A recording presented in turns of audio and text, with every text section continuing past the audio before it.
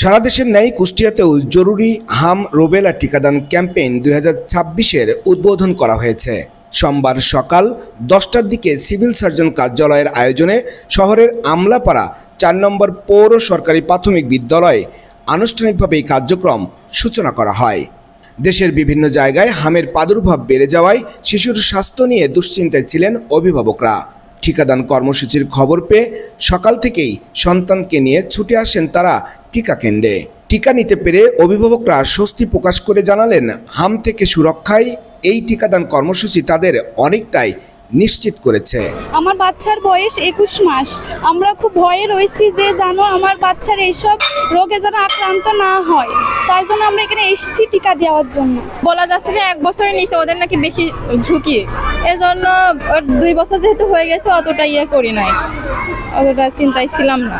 এখন দিচ্ছে, ভালো লাগছে। দিলে পরে এটা আমাদের আশা আছে ভালো হবে, এটা কোনো ক্ষতি হবে না, এই আশা করে আমরা আসছি। ভয়ের ভিতরে তো ছিল, এখন দেওয়ার সরকার থেকে নিষেধ করে দিয়েছিল, তা দেওয়া হয়েছিল না, এখন আবার চালু হয়েছে, তাই দেওয়া হচ্ছে। কুষ্টিয়া শহরে এবার হাসপাতালে জায়গাই নাই এই হামের জন্য, অনেক বাচ্চাও তো মারা গেছে কুষ্টিয়া সদরে।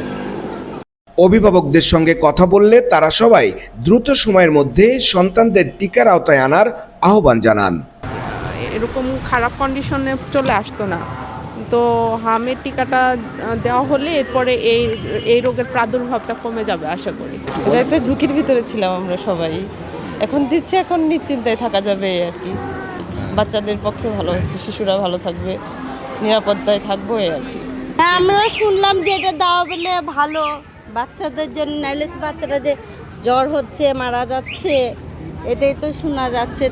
নির্ধারিত সূচি অনুযায়ী সকাল 8টা থেকেই দেশব্যাপী হাম রুবেলা টিকাদান কর্মসূচি শুরু হওয়ার কথা থাকলেও কুষ্টিয়া শহরের এই কেন্দ্রে সকাল 8টা থেকে 10টা পর্যন্ত কোনো সংশ্লিষ্ট কর্মকর্তাকে পাওয়া যায়নি।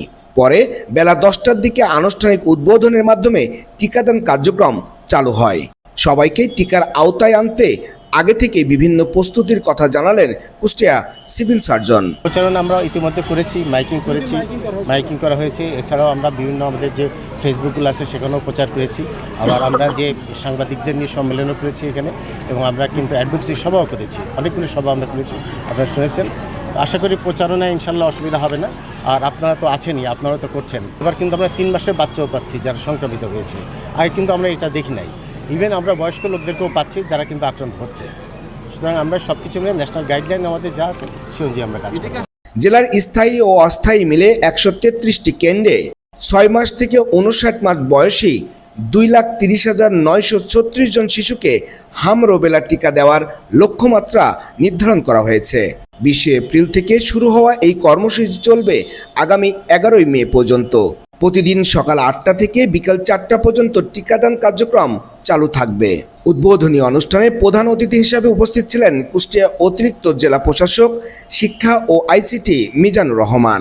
অনুষ্ঠানে সভাপতিত্ব করেন জেলা civil surgeon doctor Sheikh Mohammad Kamal Hossain. বিশেষ অতিথি হিসেবে আরও উপস্থিত ছিলেন জেলা বিএনপির আহ্বায়ক কুতুবুদ্দিন, সাবেক civil surgeon doctor Abdul Hannan এবং অতিরিক্ত পুলিশ সুপার প্রণব কুমার সরকার সহ সংশ্লিষ্ট দপ্তরের কর্মকর্তারা। বক্তারা তাদের বক্তব্যে জেলার সব শিশুকে টিকার আওতায় এনে হাম নিয়ন্ত্রণে এই ক্যাম্পেইন সফল করার আহ্বান জানান। তরিকুল ইসলাম, আন্দোলনের বাজার, ডিজিটাল।